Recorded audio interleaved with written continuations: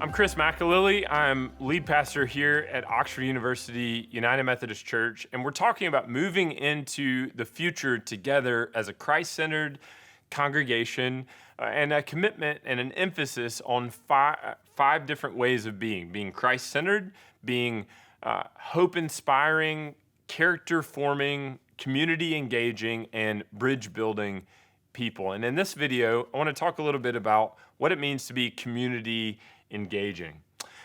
The question I want to begin with is just how did Christianity as a religion, how did it spread and how did it become a movement that at the beginning had about 5,000 adherents and within the context of 2 centuries had more than 5 million followers? It's a complex story, but it begins with the book of Acts and the early church. And I wanted to read a passage about what happened shortly after the Holy Spirit descended on the early church. Listen to this. This is Acts 2, verse 42 and following. They devoted themselves to the apostles' teaching and fellowship, to the breaking of bread and the prayers. All came upon them, and they did many signs and wonders.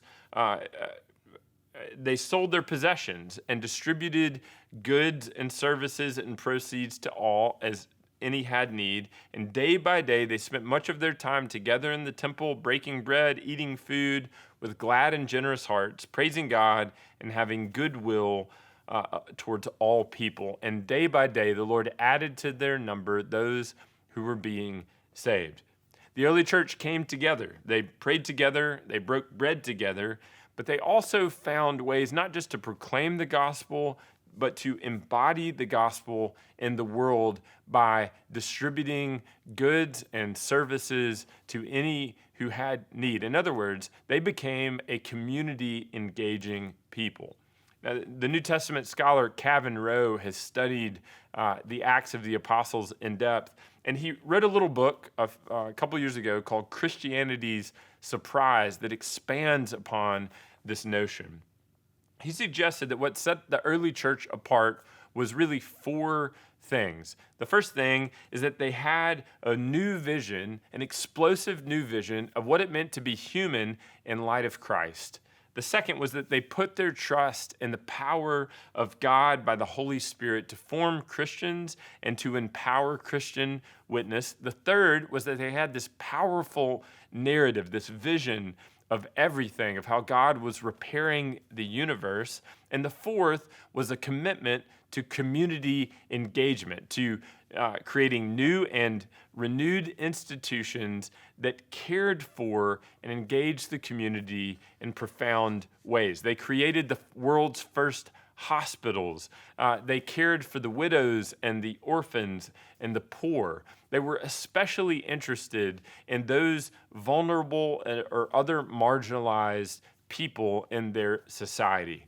In the 18th century, the early Wesleyan Methodist movement rediscovered the heart of the early church. They had that same vision of what it meant to be human in light of Christ, the same trust in the power of God's Spirit to empower Christian witness, the same vision of God repairing the whole universe, and the same commitment to being community engaging, creating new and renewed institutions to meet community needs. The Foundry in London was the first gathering place for worship for early Methodists in London. It also served as one of the first health clinics in London that was free, a school, a lending society, and an almshouse. Out in the countryside towards Bristol, there was the Kingswood School that early Methodists founded to give an education to those who needed it. Methodists became known for their community engagement, for forming institutions of education and healthcare, and for economic practices that supported the needs of the vulnerable and empowered the poor. At the heart of Christianity and at the heart of the Methodist movement was a commitment to community engagement.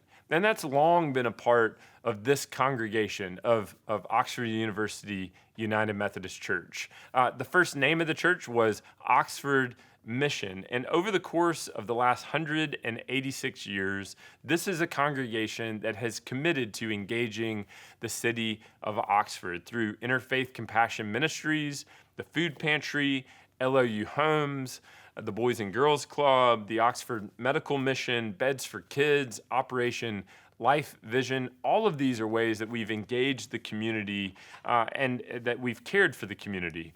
Recently, we've had a new partnership with Oxford Community Market to meet food insecurities in town.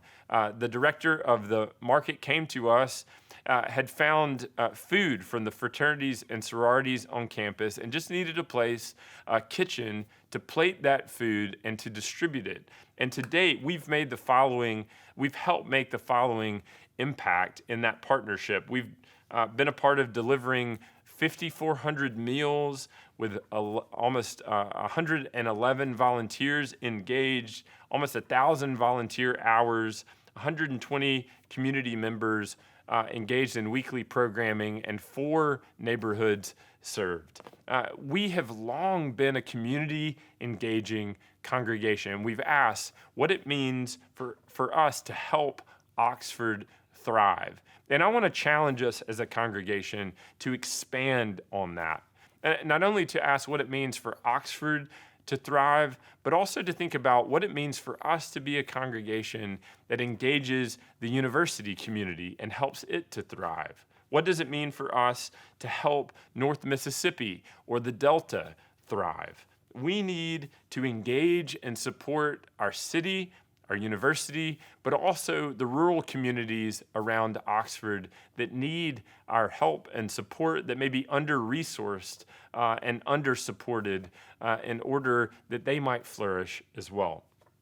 That can take on the form of providing services through a nonprofit by supporting that with our prayers, our presence, our gifts, and our service.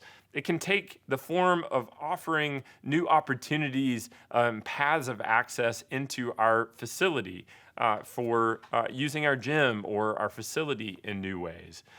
It could look like you in your path in your business or in whatever it is that your work looks like. It could look like you engaging the community maybe in new and surprising ways as well. I believe that every community and every member in a community deserves an opportunity to pursue joy and life abundant, and our congregation can be a part of what God is doing to make that happen in our area. And so my question for you is this: are there ways that you can join with OU to engage our community in a deeper way, to help make life abundant more possible for the people in our area? I invite you to consider what you might do, but I also would ask you to share your ideas with your friends here in the church or in the community, maybe with your life group. And then I'd love to hear your ideas about how we might strengthen or expand or build upon the work that we've been doing, or maybe even form some new partnerships so that we can serve our community in beneficial ways. Let's be a Christ-centered congregation that's hope-inspiring, that's community-forming, but let's find new ways to engage our community so that Christ's gospel may be proclaimed, but also embodied in visible ways.